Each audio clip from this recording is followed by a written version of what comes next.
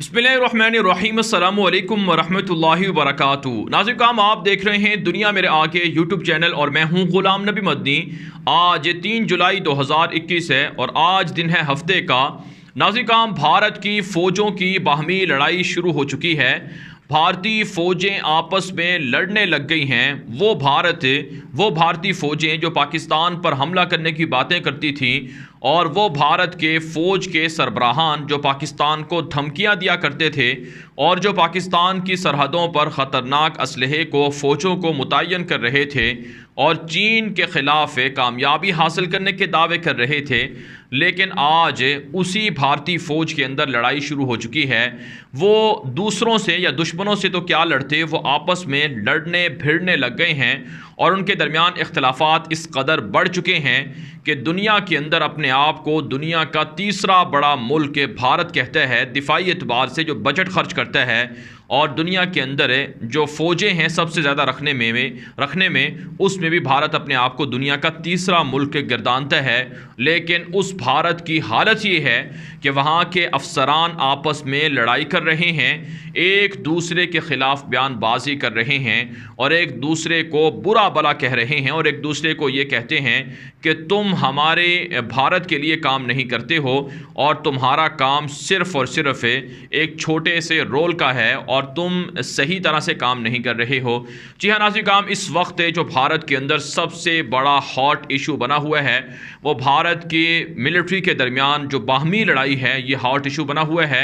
कल नाज़रीन में ख़बर सामने आई है, रात गए कि भारत के जो CDS नामी इदारा है, यानी चीफ़ डिफेंस स्टाफ जिसका नाम जनरल बिपिन रावत है, ये पिछले दौर के अंदर यानी भारत के जो मौजूदा आर्मी चीफ़ हैं जनरल MM नारवाने, उनसे पहले ये भारत के आर्मी चीफ़ हुआ करते थे। लेकिन मोदी ने इनको इनका जो ओहदा ख़त्म हुआ आर्मी चीफ़ का, उसके बाद इन्हें एक और नया ओहदा दे दिया। एक नया इदारा बुनियादी तौर पर बनाया गया, CDS के नाम से इदारा बनाया गया, जिसकी सरबराही जनरल बिपिन रावत को सौंपी गई। और ये जनरल बिपिन रावत ये मोदी का राइट हैंड है। इसने मोदी ने इससे बड़े बड़े काम करवाए हैं और मोदी ने इसके ज़रिए से नाकाम बालाकोट की स्ट्राइक करवाई थी और इसी तरह से मोदी ने कश्मीर के अंदर जो मुतनाज़ा इक़दामात हैं वो भी इसी जनरल बिपिन रावत के ज़रिए से करवाए थे। तो बुनियादी तौर पर ये जो जनरल बिपिन रावत है ये मोदी का राइट हैंड है, जिस तरह से अजीत डोवल है। तो जनरल बिपिन रावत ने एक साथ ताज़ा बयान दाखिल है कि जो भारत की एयरफोर्स है, जो भारत की फ़िज़ाइया है, वो सिर्फ़ और सिर्फ आर्मी के लिए एक तरह से मुआविन का किरदार अदा करती है। वो बतौर मुआविन है, सपोर्ट करती है, इसके अलावा उसका कोई और रोल नहीं है, हालांकि उसका और रोल होना चाहिए। ये जनरल बिपिन रावत ने यह बयान दिया। इसके रद्द-ए-अमल में जो भारत की फ़िज़ाइया के चीफ़ हैं उन्होंने बयान दागा कि भारत की फ़िज़ाइया वो सिर्फ मुआविन नहीं है बल्कि एक पूरा पार्ट है और एक वो पूरी ताकत है। अगर भारत की ग्राउंड फोर्सेस को कामयाबी मिलती है तो इसके पीछे जो भारत की फ़िज़ाइया है वो होती है। अगर भारत की फ़िज़ाइया को निकाल दिया जाए तो भारत की जो ग्राउंड फोर्सेस हैं, जो आर्मी है, वो ऐसे बड़े बड़े काम या बड़ी बड़ी मुहिम्मात सर अंजाम नहीं दे सकती जो भारत की फ़िज़ाइया के ज़रिए से सर अंजाम दी जाती हैं। तो इस तरह से नाज़रीन काम CDS नामी जो इदारा है, इसके जो सरबराह हैं जनरल बिपिन रावत, इनका और भारत की जो फ़िज़ाइया है, जो उसके एयर चीफ़ हैं, उनके दरमियान क्लैश हुआ है और ये बयान पूरे भारत के मीडिया पर नशर हो रहा है। नाज़रीन काम इस वक्त भारत की फ़ौज के अंदर लड़ाई इस बात पर भी है क्योंकि भारत की फ़ौज के अंदर तब्दीलियां की जा रही हैं। जो नए सरबराह हैं CDS के जनरल बिपिन रावत, ये बुनियादी तौर पर भारत की आर्मी को अलहदा कर रहे हैं, ये इदारे नए बना रहे हैं। ये चाहते हैं कि तमाम की तमाम भारतीय फ़ौजें वो एक इदारे के तहत आ जाएं, एक मुनज़्ज़म इदारे के तहत आ जाएं, ताकि उनकी कमान करना आसान हो, ताकि उनको हिदायत देना आसान हो। लेकिन ज़ाहिर सी बात है भारत की नेवी के जो चीफ़ हैं और भारत की जो फ़िज़ाइया के चीफ़ हैं वो CDS के सरबराही में आना नहीं चाहते हैं, वो उनकी माताती में काम नहीं करना चाहते हैं, जिसकी वजह से ये इख्तलाफात हो रहे हैं और भारत की फ़ौज आपस में लड़ाई कर रही है।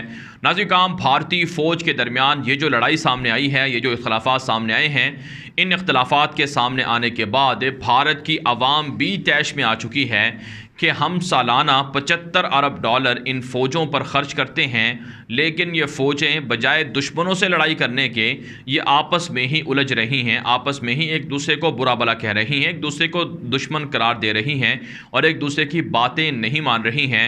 लिहाजा ऐसी फ़ौज को, ऐसे अहदेदारों को, ऐसे लोगों को हटा देना चाहिए, उन्हें सज़ा देनी चाहिए। लेकिन आप जानते हैं जिस तरह से मोदी ने करप्शन करके आवाम को बेवकूफ़ बना रखा है, इसी तरह से भारत की फ़ौज भी करप्शन कर रही है, पैसा लूट रही है और आवाम का पैसा खा रही है।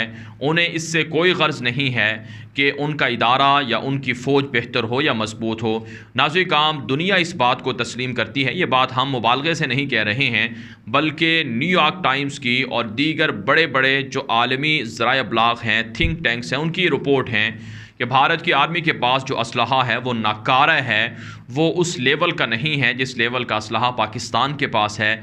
या भारत की जो आर्मी है वो इंतहाई नाअहल आर्मी है जो सही तरह से लड़ाई नहीं कर सकती है और ना ही उनके पास तजर्बात हैं।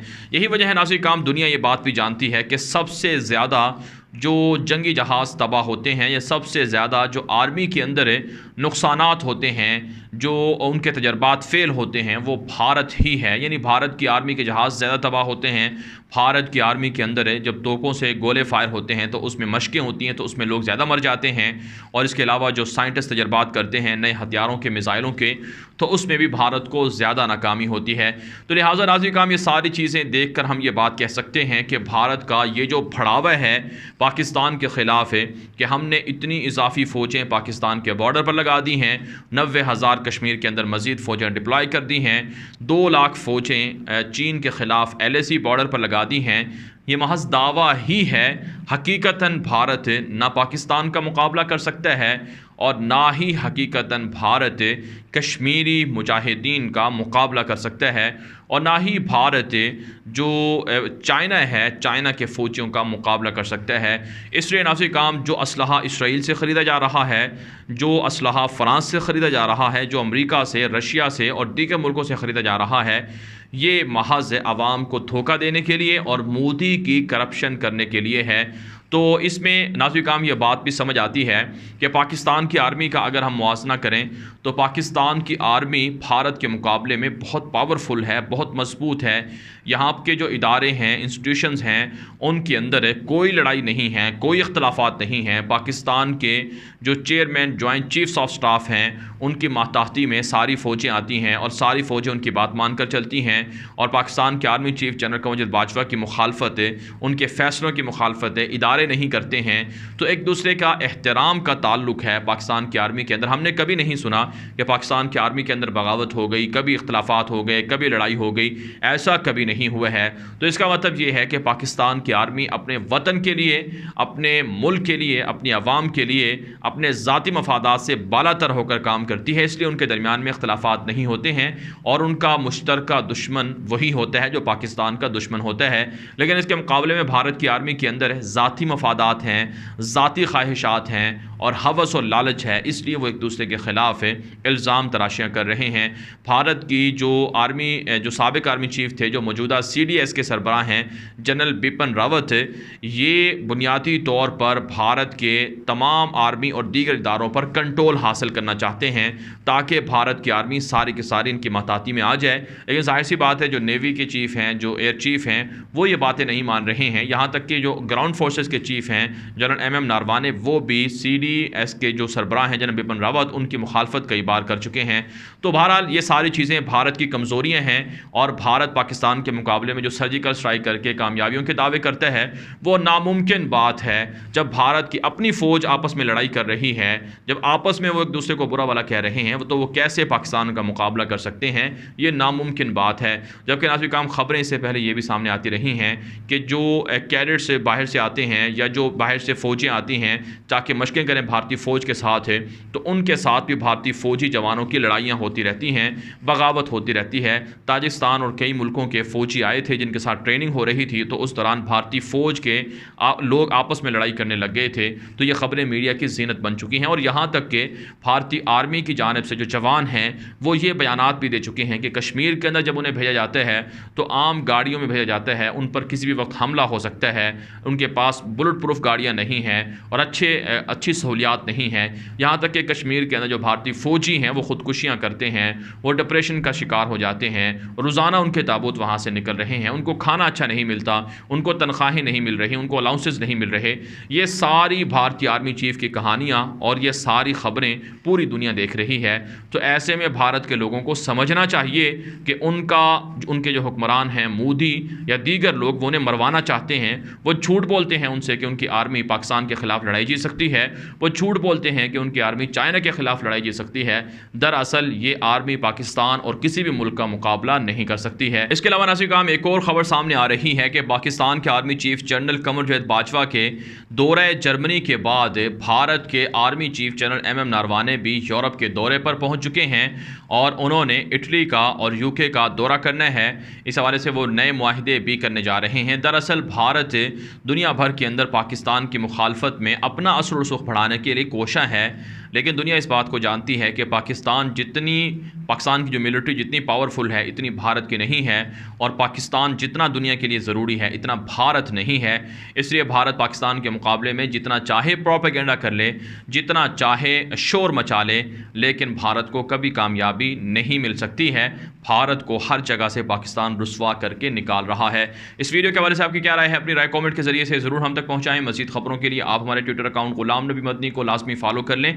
आज के लिए इतना ही, इजाज़त दीजिए। अल्लाह हाफ़िज़।